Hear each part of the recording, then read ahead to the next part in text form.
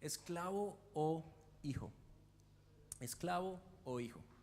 ¿Eres esclavo o eres hijo? Quiero que le digas al que está a tu lado, pregúntale, ¿eres esclavo o eres hijo? ¿Eres esclavo o eres hijo? Y si tienen sus Biblias, vamos a ir al libro de Gálatas. Vamos a leer del capítulo 3, versículo 28 en adelante. Hoy estoy así como en la old school, que andamos con la Biblia así escrita, lo cual me parece maravilloso. Entonces vamos a leer allí desde Gálatas 3, desde el 26 hasta el 4, versículo 7. Y dice así, dice, pues todos sois hijos de Dios por la fe en Cristo Jesús, porque todos los que habéis sido bautizados en Cristo, de Cristo estáis revestidos. Ya no hay judío ni griego, no hay esclavo ni libre, no hay varón ni mujer, porque todos ustedes son uno en Cristo Jesús. Y si son de Cristo Jesús, ciertamente el linaje de Abraham son y herederos según la promesa. Dice el capítulo 4, dice, pero también digo, entre tanto, que el heredero que es niño en nada difiere del esclavo, aunque es señor de todo, sino que está bajo tutores y curadores hasta el tiempo señalado por el Padre. Así también todos nosotros cuando éramos niños estábamos en esclavitud bajo los rudimientos del mundo. Pero cuando vino el cumplimiento del tiempo, Dios envió a su Hijo, nacido de mujer y nacido bajo la ley, para que redimiese a los que estaban bajo la ley, a fin que recibiésemos la adopción de hijos. Escucha esto es para ti. Dice, cuando llegó el momento preciso, Dios envió a su Hijo para que redimiera a todos nosotros que estábamos bajo la ley, a fin de que recibiésemos la adopción de hijos. Y por cuanto ustedes son hijos, Dios envió a sus corazones el espíritu de su Hijo, el cual clama, Abba, Padre. ¿Han escuchado esa expresión? Abba, Padre. Así que ya no eres esclavo, dile que está al lado, ya no eres esclavo, sino hijo, y si hijo también eres heredero de Dios por medio de Cristo Jesús. Ya no eres esclavo, sino hijo, ya no eres esclavo, sino hijo y heredero. Y Dios ha puesto en ti el espíritu de su Hijo, por el cual puedes clamar a Él, Abba, Padre. Abba, Padre. Vamos a orar, bendigamos esta palabra de Dios. Señor, gracias por tu palabra y gracias porque es útil para nuestra vida, Señor. Gracias porque a través de ella nos edificas, nos capacitas, Señor.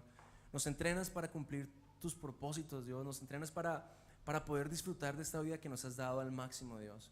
Y hoy te pedimos, Señor, que nos permitas entenderla, que nos permitas, Señor, comprender lo que en ella es escrito, Señor, para que esto nos ayude a alinear nuestra vida con lo que tú quieres que hagamos, Señor. Te lo pedimos en el nombre de Jesús. Amén. Bueno, ya no eres esclavo, sino eres hijo. Y una de las cosas de las que tengo que ponerlos en contacto para que sepamos un poco de qué se trata todo esto que hemos estado haciendo. Y lo que hemos hecho durante las últimas semanas en SUGE finlandés es que se ha estado revisando un capítulo por semana el libro de Gálatas. Gálatas es una carta, y los pongo en contexto, es una carta que Pablo le escribe a una iglesia, a un grupo de personas, ¿cierto?, que están en una de las comunidades del Imperio Romano. Y tiene la característica esta comunidad que no es una comunidad donde principalmente las personas que están allí son judíos, como todos los demás que están en Jerusalén, que es donde efectivamente Dios ha empezado a través de Jesucristo la obra. Es decir que es una carta que Pablo le escribe a personas como tú y como yo, que creen en Jesús, pero que no son judíos, que creen en Jesús, pero que están por fuera de ese tipo de tradiciones y de cultura, que era la cultura judía. Y Pablo les escribe, y si tú lees la carta, te invito a que lo hagas si no lo has hecho. Si tú lees toda la carta, te das cuenta que Pablo les escribe como con un tono de frustración, diciéndoles como, hey, ¿por qué están haciendo lo que están haciendo? Lo que están haciendo no es lo correcto. Y prácticamente lo que los Gálatas estaban haciendo, la razón por la cual Pablo les escribe es porque ellos habían aceptado a Jesucristo, ¿cierto? Habían aceptado que Jesús era el camino el cual Dios había proveído para que ellos llegaran a su presencia, a la presencia de Dios, ¿cierto? Pero habían algunos judíos que habían venido después y les estaban intentando inculcar que era necesario cumplir todas las leyes, todas las normas que estaban establecidas en la ley de Moisés. Y es por eso que esta carta de Gálatas, vemos como primero Pablo intenta justificar su mensaje, porque ellos están diciendo que, como Pablo está diciendo que Jesús es suficiente, que ya no es necesario seguir todas las leyes del Antiguo Testamento, entonces ellos están diciendo como no, Pablo es alguien que está equivocado, eso no es así, entonces pilas con eso. Y entonces Pablo primero tiene que justificar su mensaje y diciéndole que mismo Jesús es quien lo ha llamado él al ministerio. Y yo creo que eso es algo bastante importante que nosotros tengamos en cuenta, que Dios fue quien llamó a Pablo al ministerio. Y él escribe y primero se justifica, ¿cierto? Dice que él no hace lo que hace simplemente para agradar a los hombres, sino porque está convencido que Dios le ha llamado a eso y por eso lo hace. Pero después entonces les empieza a decir que la realidad es que no es necesario que los no cristianos se circuncidasen. Por ejemplo, era una de las cosas que estaba en ese momento allí como en debate. ¿Cómo es que estos nuevos cristianos que han empezado a conocer a Cristo, cómo es que ahora ya no están bajo la ley de los judíos? Y ahora, es una pregunta interesante porque pues igual la ley de los judíos fue una ley que fue dada por Dios. ¿Ustedes sabían eso? Toda la ley que los judíos siguen es una ley que Dios ha dado, ha establecido, y la estableció en la época de Moisés. La estableció en la época de Moisés. Y la semana pasada Dios me dio el chance de estar hablando allí en Expo, y mientras hablábamos en Expo les decía que es importante tener en cuenta toda la trayectoria de la historia de la humanidad para que tú entiendas por qué Dios en el momento en que la ley entró nos dio la ley y cómo es que ahora estamos en otro momento. Y les decía que efectivamente en ese momento cuando Dios, la historia de la humanidad de manera corta es que Dios creó al hombre para que estuviera en perfecta comunidad con Él, ¿cierto? Dios creó al hombre para que estuviera en unidad con Dios, y sabía Dios que la mejor vida para el hombre era estando cerca de Él. Sin embargo, dice la Biblia que el hombre pecó, que el hombre le dijo a Dios: sabes que yo no estoy tan convencido de que mi mejor vida sea contigo, quiero buscarla a mi manera. Y efectivamente desde ese momento el hombre fue separado de Dios. Y vemos que la constante es que el hombre no busca a Dios. La constante es que nosotros de una manera u otra estamos buscando más bien lo que nosotros creemos y no tanto lo que Dios dice que es nuestra mejor vida. Y dice la Biblia, si tú lees toda la historia de manera corta, es que eso fue como una constante durante mucho tiempo, mucho tiempo, hasta que llegó un hombre que se levantó y dijo: ¿sabes qué? Yo creo que efectivamente lo que Dios decía era cierto, y este hombre es Abraham. Y Abraham marca la diferencia porque él dice: ok, Dios, si tú dices que nuestra mejor vida es contigo, estoy dispuesto a dejar todo lo que yo tengo y seguirte a ti, porque eso es lo que tú dices. Y dice la Biblia que Abraham creyó y le fue contado por justicia. Que Abraham creyó, y por el hecho de creer en Dios, Dios hizo un pacto con Abraham. Y ese pacto con Abraham era de que Dios iba a traer nuevamente a su gente para que pudieran vivir en unidad con Él. ¿Tú sabías que por la acción de Abraham tú y yo estamos aquí hoy? Es por eso que la Biblia dice que tú y yo somos hijos y herederos de la promesa que Dios hizo a Abraham. Porque por esa acción de Abraham tú y yo hoy no necesitamos estar, digamos que, siguiendo, alejándonos de Dios, sino que podemos más bien volver a la presencia de Dios. Y quiero decirte que Abraham, la promesa que Dios le hizo a Abraham fueron 430 años antes de que Moisés se levantara. La promesa de Dios a Abraham de traer a su gente de regreso fueron 430 años antes de que Dios le dijera a Moisés que era necesario seguir la ley. Y ahora uno dice: bueno, ok, está bien, entiendo que Dios por la acción de Abraham dijo que nos iba a reconciliar con Él y íbamos a poder vivir esa vida para la cual Él nos creó, ¿cierto? Y efectivamente Abraham creyó, él regresó digamos que siguió los pasos de Dios. Y una de las cosas que vemos en Abraham es que dice la Biblia que él dejó lo que tenía y salió a seguir a lo que Dios le había llamado. Y yo creo que eso es algo que también para nosotros es importante que tengamos en cuenta, porque a veces decimos: sí, yo sigo a Dios, pero no estoy dispuesto a dejar mis costumbres, mis maneras, mis digamos que formas de hacer las cosas, y no necesariamente es lo correcto. Pero Abraham creyó, y uno diría que, bueno, si Abraham creyó, entonces ya de ahí en adelante todos los hijos de Abraham tenían que, mejor dicho, estar en comunidad con Dios y estar juntos. Pero la realidad es, tristemente la realidad es que a pesar de que Abraham creyó, sus hijos por el contrario estaban como no, pero no es tan así. Y vemos que Dios levanta a Isaac, que es el hijo de la promesa, ¿cierto? Y cuando levanta a Isaac, a través de él genera una nación, o él crea una nación, que es la nación de hoy en día Israel, la nación de Israel. Y el propósito de esta nación no era simplemente que fueran los favoritos de Dios. ¿Tú sabías eso? A veces cuando uno lee la Biblia uno cree que Israel es el favorito de Dios y que todos los demás estamos condenados. No es así. Dios dijo, de hecho la promesa de Abraham fue: te bendeciré y serás bendición para los demás. No te bendeciré y tú serás como digamos, el que le da envidia a los demás. No era eso, era para bendecir a los demás. Y efectivamente vemos que Dios toma y hace de esta pequeña nación, que realmente es bastante pequeña, si tú miras todo lo demás que hay alrededor de Israel, son naciones grandes, fuertes. Israel era un lugar, bueno, hablando de la tierra prometida, era un lugar que dependía 100% de la provisión de Dios. Era un lugar no muy especial como los demás. Todos los demás alrededor de ellos tienen petróleo hasta por las nubes. Israel no tiene nada de eso. Pero pues igual vemos que Dios, independientemente de que Israel no es algo muy especial, ha hecho de ellos algo especial. Porque Dios tiene la capacidad de hacer de lo no especial algo bastante bendecido. Te cuento, yo en el 2009-10 tuve la oportunidad de estar en Egipto y de Egipto pasar a Israel. Y cuando pasamos de Egipto a Israel es curioso porque la tierra es exactamente la misma. Es exactamente el mismo lugar, ¿cierto? Desierto, lo único que encuentras es arena.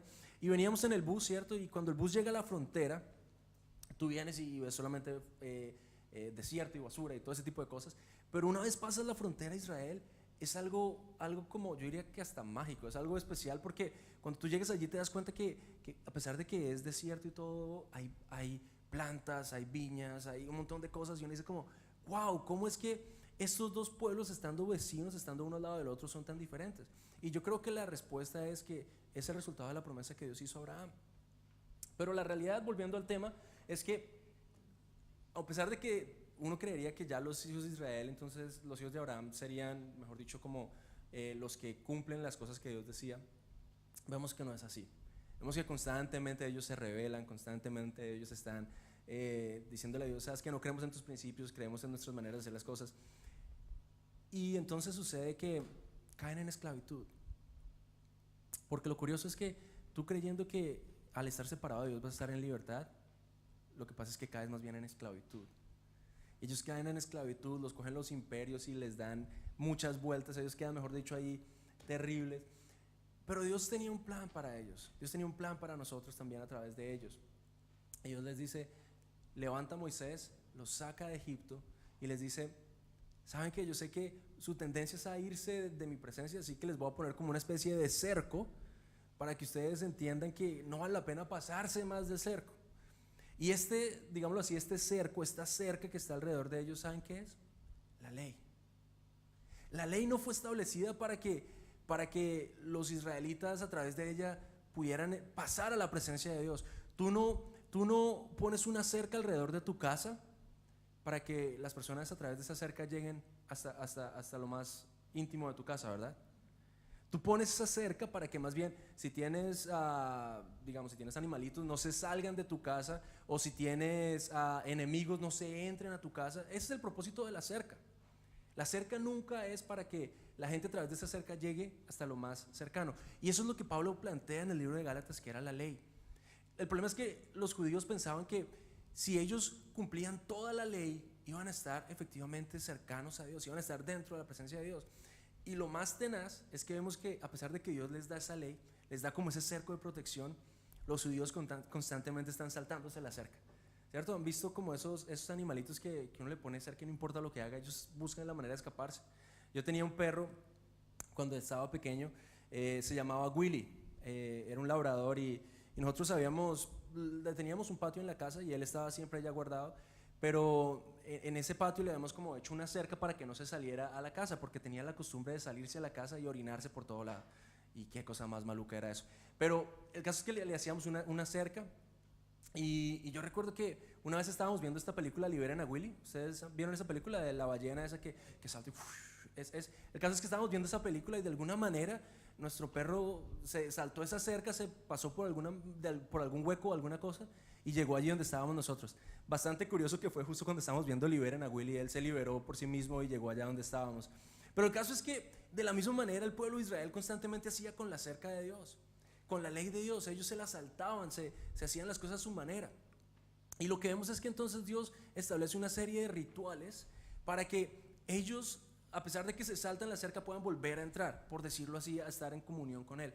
Porque siempre ha sido esta una constante, y es que la mejor vida que tú y yo podemos tener, que cualquier persona pueda tener, es una vida cercana a Dios. Y es por eso que Dios nos puso esa cerca, para que nos mantuviéramos cercanos a Él, para que no nos fuéramos lejos, hasta que Él hiciera un camino por el cual efectivamente tú y yo pudiéramos estar conectados con Dios, y ahí sí realmente llegar hasta el final. Ahora, ese camino es la promesa que Dios le había dado a Abraham, de que voy a hacer un camino a través del cual tú vas a poder llegar a estar nuevamente conmigo. No vas a tener que estar allá afuera esclavo, pensando que eres libre. Eres esclavo porque estás más bien separado de mí. Yo voy a darte un camino para que puedas regresar. Eso es lo que decía Dios. Y efectivamente vemos que la ley estuvo por mucho tiempo hasta que llegó Jesús. Y cuando llega Jesús, Jesús se convierte en un puente que atraviesa la cerca y que va hasta lo más lejano que puedas estar, donde cualquiera de nosotros pueda estar bien lejos, y te lleva directamente a la presencia de Dios. Eso es Jesús. Y uno, entonces es curioso, porque pues uno dice, ok, si Jesús es el puente, ¿para qué entonces la cerca? ¿Han estado en el aeropuerto? En algunos aeropuertos hay este tipo de bandas eléctricas, que uno se monta allí, uno viene con su maletica y se monta allí, y después esta banda lo mueve a uno hacia adelante sin tener que hacer nada. ¿Lo han visto? Esto mismo pasa con Jesús. Jesús es como esa banda eléctrica que cuando tú entras a Él, Él te lleva hacia Dios. No tienes que ni siquiera caminar. Es más, si tú caminas hacia atrás, ¿cierto? Si tú empiezas a caminar hacia atrás, como que Jesús te lleva de regreso hacia Dios. Por eso dice, si alguno está en Cristo, es nueva criatura, está con Dios. Las cosas viejas pasaron, todas fueron hechas nuevas. No es necesario, digamos que en ese momento no era necesario poner nuestra mirada tanto como en la ley, en la cerca, sino más bien poner nuestra mirada en aquella banda que nos llevaba directamente hacia Jesús. Y ahora, lo que pasa en Gálatas, en el capítulo 3, vemos que lo que los judíos le están diciendo a estos nuevos cristianos es que, hey, está bien que crean en Jesús, que crean en que hay una cerca que los lleva directamente hacia Dios, pero ustedes tienen que estar cuidados tienen que simplemente como que enfocarse en no salirse de la cerca. Enfocarse en no salirse de la cerca. Entonces tienen que guardar estos mandamientos que Dios había hecho, este tipo de fronteras. No te salgas de eso. Y ahora la realidad es que cuando tú vienes en esto y vas hacia Dios, ¿cierto? Estás en el puente y vas hacia Dios, pero te empiezas a enfocar más bien en no salirte de la cerca, te va a pasar algo, y es que vas a vivir bajo una presión terrible. Porque el hecho de que tú te mantengas cercano de Dios no se trata de tus esfuerzos por no salirte de la cerca, sino es simplemente la acción de Cristo en la cruz que te puso en ese, digamos que carril automático hacia Él. Eso es lo que Pablo estaba planteando. Y por eso él le dice a la gente, mientras ustedes más se encarguen o más se enfoquen en guardar la ley, en preservar la ley, lo que va a pasar es que más y más se van a dar cuenta de que no lo pueden hacer. Y dice, si ustedes empezaron a caminar en la vida cristiana por lo que Dios hizo a través de Jesús, y nota, por lo que Dios hizo a través de Jesús, ¿cómo puedes pretender que puedes llegar hasta el final a través de tus propias obras? Entonces, si Dios es quien te salvó por gracia, ¿cómo puedes pretender que son tus obras las que te van a ayudar a permanecer en Él? Si tus obras en un principio fueron lo que te alejaron de Él. Entonces vemos que hay como una especie de contradicción. Jesús intentándonos llevar a la presencia de Dios, pero nosotros como que intentando no salirnos de ese cerco. Y la realidad es que si tú y yo nos mantenemos simplemente en las fronteras, si alguien se mantiene en la cerca, nunca va a estar en la sala, ¿o no? Si alguien se mantiene en la cerca, nunca va a estar en la sala, nunca va a estar en el centro de la casa. Y Dios te creó para que estuvieras en la sala. Dios te creó para que estuvieras en el lugar más íntimo de la casa con Él. Es por eso que si nos mantenemos como cuidando de que no nos salgamos de la cerca, lo que estamos haciendo es como que nos estamos privando de poder disfrutar el estar en la sala. Ahora, tú dirías, no, bueno, pero pues entonces, ¿qué pasa con el cambio? Yo tengo que enfocarme en el cambio, tengo que hacer cambio. Quiero comentarte algo. En mi vida ha habido muchos pecados, todavía hay pecados, sé que todos los días hago pecados. Ningún cambio en mi vida ha llegado Le doy gracias a Dios porque hay cosas por las cuales ya no tengo que preocuparme, ¿cierto? Algunas cosas con las cuales luché por mucho tiempo, ya no tengo que preocuparme por ellas. Ninguno de los cambios llegó a mi vida porque yo todos los días me levantaba a decir, hoy no voy a pecar en esto, hoy no voy a pecar en esto, hoy no voy a pecar en esto. Por el contrario, mientras más me levantaba y decía, hoy no voy a pecar en esto, hoy no voy a pecar en esto, hoy no voy a pecar en esto, ¿saben qué pasaba? Hoy pecaba en eso, mañana pecaba en eso, pasado mañana pecaba en eso. Era terrible, porque en eso constantemente estaba pensando. ¿Saben cómo llegó el cambio a mi vida? El cambio llegó a mi vida cuando yo dije, ¿sabes qué? No me voy a enfocar en no pecar en eso, me voy más bien a enfocar en estar con Él. Hoy voy a estar con Él, hoy voy a estar con Él, hoy voy a estar con Él, hoy voy a estar con Él, hoy voy a estar con Él. Y de repente me di cuenta que, wow, ya no estaba pecando en eso. Ya no estaba haciendo las cosas que hacía antes necesariamente. No porque intentaba no hacerlas, sino porque más bien intentaba estar con Dios. Y eso es lo que Pablo le está diciendo a los Gálatas. Hey, ustedes han sido liberados, ustedes han recibido el tiquete para estar en la sala. No se queden en la cerca, no se queden en la cerca intentando simplemente guardarse de no salirse, cuidándose de no irse más allá, sino vayan directamente a la sala. Ustedes pueden estar con Dios. Ya no eres esclavo, ya no tienes que vivir por fuera. Ahora eres hijo, tú perteneces en la casa. Ya no eres esclavo, tú eres hijo, perteneces en la casa. Y me estoy dando cuenta que el tema salió completamente diferente a lo que había planeado, pero está bien. Dios sabe lo que quiere decirnos. Eres hijo de Dios, no tienes que vivir en la cerca. Yo no sé, de pronto tú en tu vida estás luchando con algo que quieres ver que cambie. De pronto estás y has estado luchando por años y crees que son tus esfuerzos los que te van a ayudar a cambiar. Yo quiero decirte que hoy es el día en que dejes de luchar con eso, porque no son tus esfuerzos los que van a cambiar ese tipo de cosas, sino es el poder de Dios. En el capítulo 5 de Gálatas, Pablo habla del fruto del Espíritu. Y es curioso porque no dice es el fruto de Juan, no dice es el fruto de Heike, no dice es el fruto de Tina, es el fruto del Espíritu. El cambio en nuestra vida es el fruto de su obra en nosotros, no es el fruto de nuestras acciones. No necesitamos estar en la cerca. Quiero contarles una pequeña historia. ¿Cuánto tiempo va? Alguien que me ayude, no me quiero pasar mucho de tiempo. ¿Cuánto vamos? ¿Como 15 minutos? ¿20 minutos? ¿Media hora? 18 minutos. Okay. Son las 18. Bueno, vamos a intentar cerrar este mensaje en 10 minutos, ¿les parece? ¿De acuerdo? A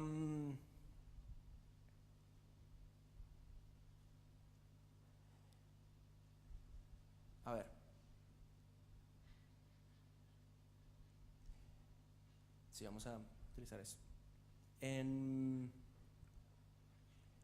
Cuando yo era pequeño, yo nací en una familia de pastores, yo nací en una familia cristiana, ¿cierto? Le doy gracias a Dios por eso. Y era una familia bastante buena. Y mi familia estaba compuesta por mis papás, mi papá y mi mamá. Aparte de eso, mi hermano mayor, que me lleva 1 año y medio, y mi hermana menor, que le llevo 6 años y medio. Yo era el del sándwich, el hermanito menor. Y como era el hermano menor, una de las tendencias de los hermanos menores es siempre admirar al hermano mayor. El hermano mayor es como el héroe, como aquel que hace todo. Y recuerdo que para mí mi hermano era como, wow, aquel hombre que yo decía, wow, yo quiero ser como él. Pero pues igual yo era yo y él era él. Y lo más curioso es que mi hermano era el tipo todo juicioso, ¿cierto? Era el niño ese que no hacía nada, que no rompía nada, que no hacía ningún desorden. Él era el niño modelo. Lo ponías tú enfrente del televisor, ibas a hacer lo que fuera y volvías y él estaba allí, no había hecho nada. Tú me dejabas a mí enfrente del televisor y te iba a hacer algo, mejor no volvías porque era terrible. Yo era el niño al contrario. Yo era el niño necio, el niño curioso, el niño que buscaba hacer cosas. Y recuerdo que mi vida estuvo bien. Nosotros tuvimos la oportunidad de estar en el mismo colegio y mi hermano iba a un curso antes que yo. Él iba, digamos, en primero, yo iba en transición. Cuando él estaba en tercero, yo estaba en segundo. Y recuerdo que cuando llegó el punto en el que mi hermano pasó a sexto, yo entré a quinto. Algo sucedió en ese momento, y fue que en ese momento por lo general en el colegio lo que hacían era cambiar los profesores por año, entonces para que no fueran los mismos 2 veces en el mismo año, sino que fueran cambiando, fueran rotando. Pero cuando yo llegué a quinto, los profesores que mi hermano había tenido en quinto fueron los que me tocaron a mí en quinto. Y una de las cosas que empezó a pasar es que hasta cuarto de primaria yo había sido un niño, a pesar de que era inquieto y curioso y tal, siempre he sido un nerdito. Yo siempre he sido así como ese niño estudioso, el que le gusta leer, que le gusta hacer las cosas bastante intenso. Y recuerdo que en ese momento, cuando yo llegué a quinto, por más de que los años anteriores había sido un niño sobresaliente en su desempeño escolar, en quinto fallé terriblemente. Fallé al punto tal que me tocó repetir completamente el año. Y la pregunta es, ¿cómo un niño nerdito que ha sido sobresaliente los 4 primeros años, de la noche a la mañana termina perdiendo el año? Pasa de ser uno de los mejores a ser uno de los peores del curso. Y quiero contarte lo que pasó en cierta medida. Una de las cosas que pasó es que cuando yo llegué a quinto, los profesores que mi hermano habían tenido empezaron a decirme a mí, pero es que tú no eres como tu hermano. Es que si tuvieras a tu hermano hacía esto, y tú no eres ni la mitad de lo que tu hermano es. ¿Y saben qué es lo peor? Yo empecé a creer ese tipo de cosas. Lo que ellos estaban diciendo empezó a marcar quién era yo, mi identidad. Y fue tal la acción que eso tuvo que yo creo que generó en mí como una presión en la que no me podía mover. Me trajo una presión en la que yo decía, no puedo hacer, no puedo, o sea, por más de que lo intente nunca voy a poder. A mis papás los citaron al colegio para hablar con los profesores a la mitad del año. Un año pues dura todo el año, ¿cierto? El año escolar. Los citaron a la mitad del año y le dijeron, ¿sabe qué? Este niño no hay forma de que pase el año. Estamos en la mitad, no hay nada que hacer. Uno tiene que ser muy malo para que en la mitad del año le digan que no hay nada por hacer, porque pues por lo general uno pasa con un 60%. Entonces si sea muy malo significa que ni siquiera un 10% hice en el primer semestre. Pero el caso es que eso fue lo que me dijeron, y el resultado al final del año fue que perdí el año completamente. Y ahora, yo me sentía bastante decepcionado, primero porque creía lo que la gente decía de mí, de que no era ni la mitad de lo que ellos decían que mi hermano era. Y aparte de eso, porque uno como hijo siempre quiere agradar a su papá. Uno como hijo siempre quiere ser como que el papá esté orgulloso de uno. Y ese final de año yo decía, no, papá nada va a estar orgulloso de mí. De hecho, cuando lo llamaban al colegio, yo botaba las notas que le mandaban los profesores para que él no lo viera. Y la verdad es que me convertí en un esclavo ¿de qué? De lo que las personas decían de mí, y la presión de querer agradar a mi papá, pensando que eran mis resultados lo que iba a hacer que mi papá estuviera orgulloso de mí. Y así pasó. Ahora, en el libro de Gálatas vemos que estas personas, estos gálatas que han llegado a la presencia de Dios, algo similar les pasa. Creen que no son suficientes, creen que tienen que volver a agradar a Dios, tienen que volver a arreglar las cosas con Dios por su manera. Y hay un versículo en el versículo 9 y 10 del capítulo 4, en la Nueva Traducción Viviente dice algo así, lo tengo en inglés acá pero se los voy a traducir. Dice, porque ustedes quieren volver atrás y convertirse en esclavos nuevamente de los principios débiles e inútiles, de aquellos débiles, principios espirituales débiles e inútiles de este mundo. Ustedes están intentando obtener el favor con Dios a través de observar ciertos días del año y los meses. Lo que Pablo le está diciendo a ellos es, vea, ustedes se han vuelto esclavos de los principios inútiles, que es intentar agradar a Dios por sus acciones, cuando efectivamente eso no es algo que nunca los va a llevar a poder agradar a Dios. Y dice que efectivamente ellos estaban intentando esas cosas, pero Pablo utiliza dos palabras. Dice, primero son débiles y segundo son inútiles esos esfuerzos, porque no se trata de qué tanto haces para agradar a Dios.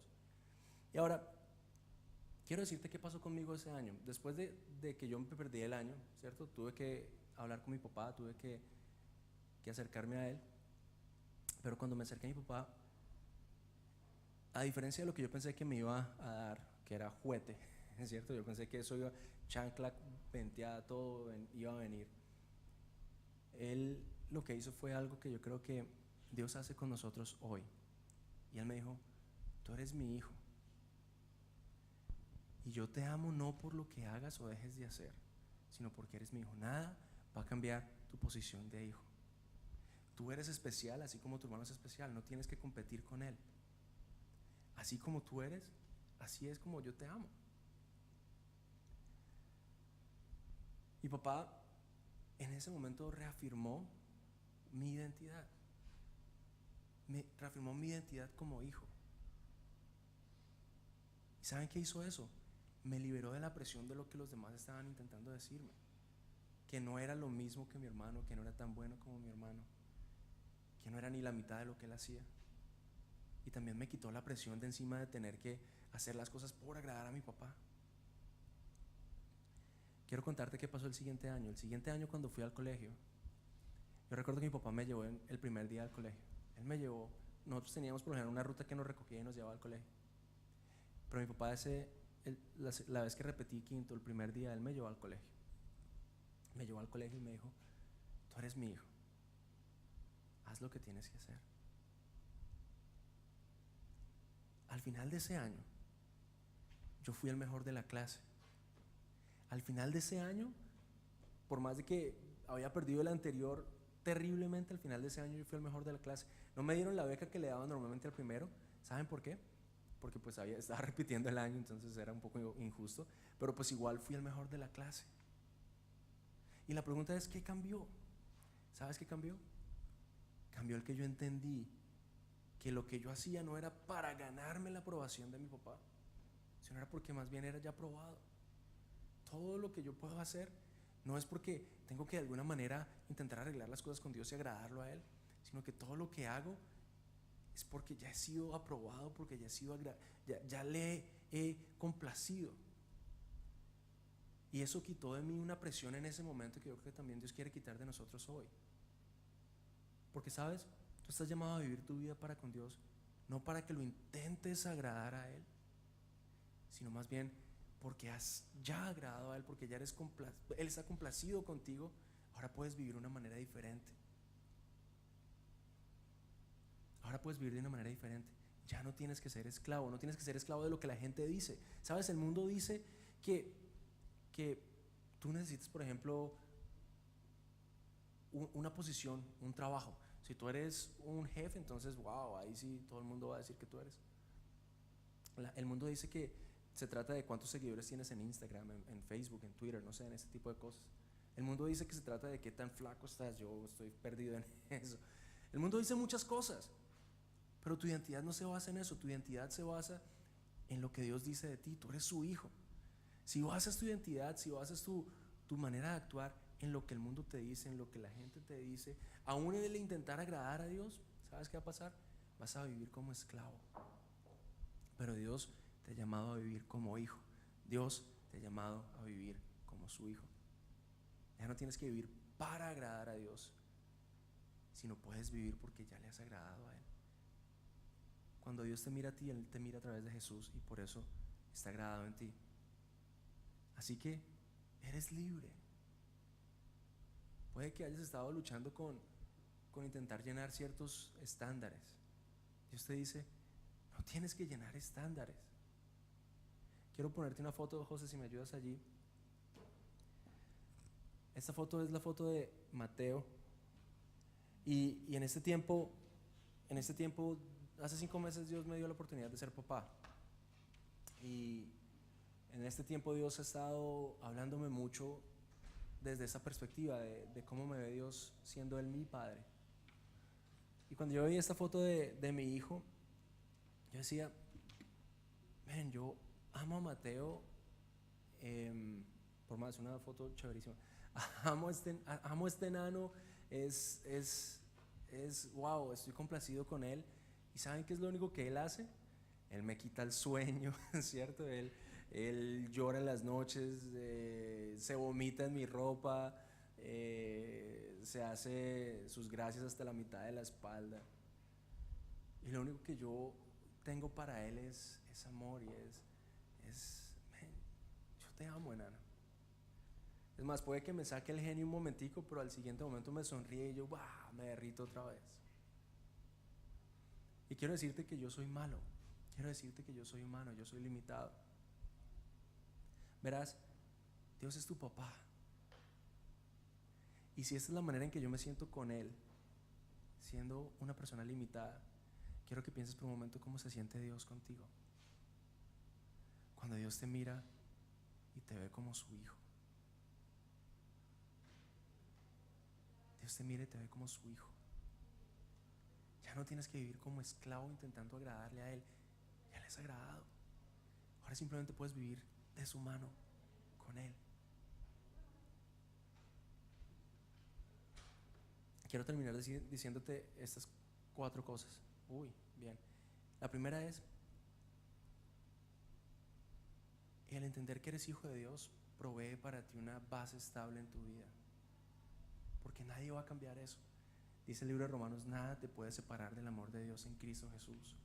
Ni la vida, ni la muerte, ni lo alto, ni lo bajo, ni lo pasado, ni lo porvenir. Nada te puede separar. Tienes una base estable. Eres hijo de Dios. La segunda cosa es que el entender que eres hijo de Dios te permite como soltar ese potencial que Dios ha puesto en ti. Eres su hijo. Un hijo tiene características del Padre. Tú tienes características de Dios. Él ha puesto su espíritu en ti. Dice la Biblia: todo lo puedes en Cristo que te fortalece. Dice la Biblia que aunque se levante contra ti guerras, en Él puedes estar confiado. El entender que eres su hijo te permite soltar ese potencial que tienes allá adentro. Aparte de eso, el entender que eres el hijo de Dios te ayuda a entender que tus errores no son el final. Puede que te equivoques, pero eso no va a cambiar quién eres en Él. Puede que te equivoques y está bien equivocarse, pero ese no es el final. Dios sigue teniendo planes para contigo. Y lo cuarto es que el entender que eres un hijo de Dios te ayuda a enfocarte en lo que realmente vale la pena hacer. Porque ya no tienes que estar como que poniendo toda tu energía en intentar agradarle a Él, sino más bien porque le has agradado a Él, puedes poner toda tu energía en algo mucho más especial, que es a lo que Él te ha llamado, que es amar a los demás. ¿Sabes? Cuando entiendes que no eres un esclavo, sino eres un hijo de Dios, lo que hace Dios es que te habilita para vivir de la manera en que Él quiere que vivas. Y es por eso que Pablo en el libro de Gálatas hace un gran alboroto con respecto a esta idea. No vivas más en esclavitud. Esclavo o hijo, has sido llamado a ser su hijo. Así que en esta mañana podemos estar agradecidos porque Dios nos llama sus hijos.